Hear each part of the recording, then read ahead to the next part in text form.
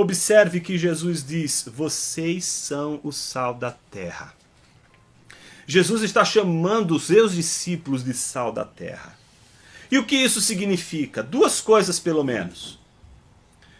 O sal é um conservador que impedia, um conservante que impedia que os alimentos, principalmente a carne, apodrecesse. Então, como não tinha freezer, como você tem na sua casa, naqueles tempos, no lugar do freezer, né, se tinha o sal. E o sal era o elemento, era o instrumento mais útil para conservar a carne e manter os alimentos passíveis de serem consumidos.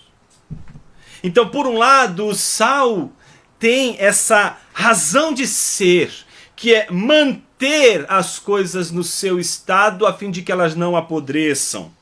Por outro lado, o sal também tinha a sua razão de ser na cozinha, no que diz respeito ao tempero. O sal também tempera a comida, ou seja, dá sabor ao alimento, dá sabor à refeição. Então o sal, na sua razão de ser, possui dois atributos que qualificam a sua missão, que é a missão de manter, de conservar os alimentos e ao mesmo tempo de dar sabor aos alimentos, tornar os alimentos aprazíveis. Ou seja, um tem a função de manter a coisa para que ela não se apodreça, e a outra tem a ver com o sabor, com o deleite de uma comida bem temperada.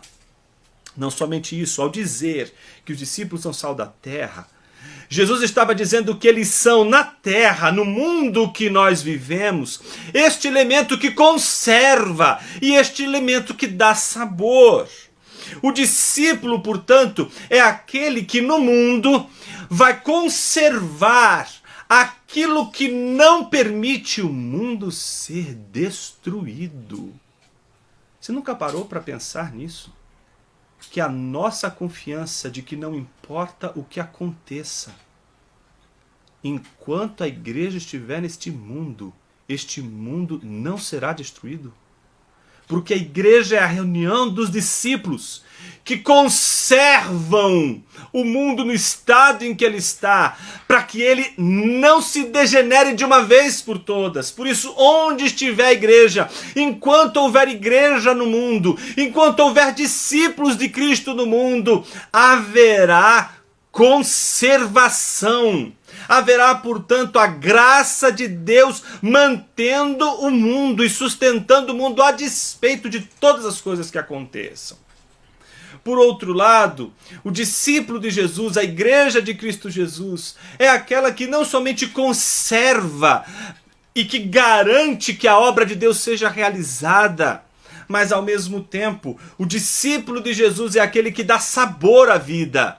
É aquele que faz com que as pessoas que olham o mundo na sua tragédia, na sua condenação, porque vai apodrecer, vai ser destruído, traz um sabor, o sabor da mensagem da esperança, de que este mundo, apesar de ser destruído, apesar de eles ter em si a promessa do juízo, da destruição, há também a promessa de Deus de que aqueles que estiverem seguindo a Jesus não só conservarão e manterão o mundo em ordem, mas ao mesmo tempo darão sabor a este mundo já condenado.